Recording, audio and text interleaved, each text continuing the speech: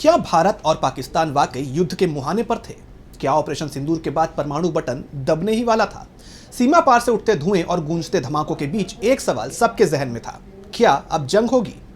पाकिस्तान में तबाही मचाने वाले ऑपरेशन सिंदूर के दौरान भारत ने आतंक के अड्डों का खात्मा कर दिया, लेकिन इसके बाद जो हुआ उसने दुनिया को चौंका दिया। कई विशेषज्ञों का दावा है कि दोनों देशों के बीच तनाव इतना बढ़ चुका था कि परमाणु युद्ध की आशंका पैदा हो गई थी।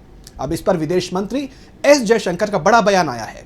तो क्या कहा है उन्होंने? भारत की रणनीति क्या थी और इस ऑपरेशन के बाद पाकिस्तान को क्या जवाब मिला?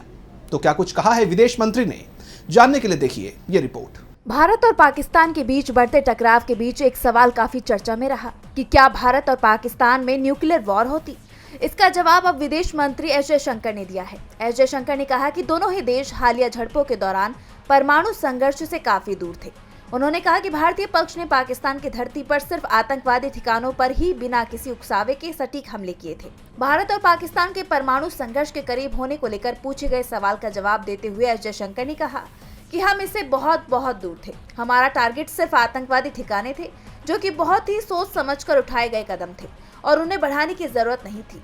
एस जयशंकर ने हाल ही में नीदरलैंड, डेनमार्क और जर्मनी का दौरा किया था, जहां उन्होंने आतंकवाद को लेकर पाकिस्तान की पोल खोली थी और साथ ही ऑपरेशन सिंदूर की जानकारी दी थी। उन्होंने कहा कि पाकिस्तान में आतंकवाद बहुत खुला कारोबार है और दोनों देशों के बीच टकराव के कारण परमाणु समस्या पैदा होने की बातें सिर्फ आतंकवाद जैसी भयानक गतिविधियों को ही बढ़ावा देती हैं। बता दें कि पहलगांव घटना का बदला लेने के लिए भारत के जरिए चलाए गए ऑपरेशन सिंदूर के बाद भारत और पाकिस्तान के बीच तनाव बढ़ गया। पाकिस्तान की तरफ से भारत पर हमले की कोशिश की गई, जिसे भारतीय सेना ने नाकाम कर दिया और मुंह तोड़ जवाब दिया। ऐसे में पाकिस्तान को भारत के सामने घुटने टेकने पड़े, जिसके बाद दोनों देशों के बीच सीज फायर हो गया। डीबी लाइव की रिपोर्ट।